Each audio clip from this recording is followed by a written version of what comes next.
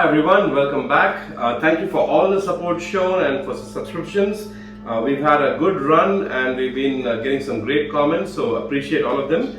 So today I'm also going to be making another dish for you that is a Chinese dish but adapted in India, and it is sweet and sour prawns. You can make sweet and sour vegetables, sweet and sour chicken, different versions. Today I have some beautiful prawns that I got, so I'm using them. And let's get started, get right into it. So first what we need is we have a wok. We make sure that's hot and pour some oil in there, and be a little generous with the oil because we need to stir fry well in this. So we need to get that oil up to temperature, and while that's happening, just so you know, sweet and sour is a Cantonese dish from China. So the Cantonese kind of dishes are very sweet and mild in general, unlike Szechuan or Hunan cuisine, which tends to be spicy in China. So this is a Cantonese version, but obviously when it came to India, we add our own masalas, our own spices to it. And today I've added red chili powder, and that's what makes it Indian Chinese or Indo-Chinese. So my oil is hot enough. I'm going to add, the first thing we do is add some garlic, and you can see the oil is hot, nice and sizzling. I'm going to give that a stir. We don't want to brown this garlic, we just want to make sure that the flavors of garlic get into the oil. So that is good enough. And next I'm going to add some onions, and these onions have been just quartered. So add that, give it a good mix. We need some more oil. And I also have some peppers. Now the key with good Chinese food is you don't want to overcook anything. So we will cook everything for just about 1 or 2 minutes, not more. Right? So we stir this up, and as soon as you see the oil glaze on the vegetables, they're good to go for the next step.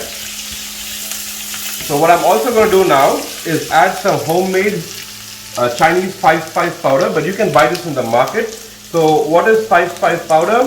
It has star anise, fennel, cinnamon, pepper and cloves. You just blend that in a certain ratio and you get Chinese 5-spice powder.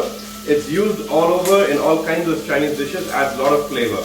So about that should do it. I can already smell it. Okay, so next I'm going to add my sauce mix. So this is a sauce mix I've made very simple.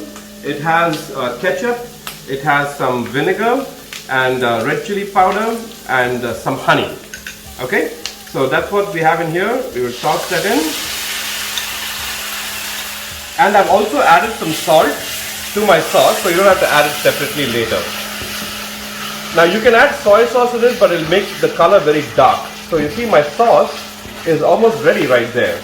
So now I'm going to add my beautiful prawns that I've got to it. Now remember, the key with prawns is never overcook them. So when I put it in here, I'm actually going to turn the heat off almost right away, maybe in 10 seconds.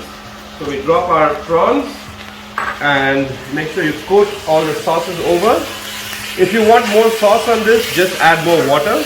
Today I'm making a dry version because we're eating this as a starter.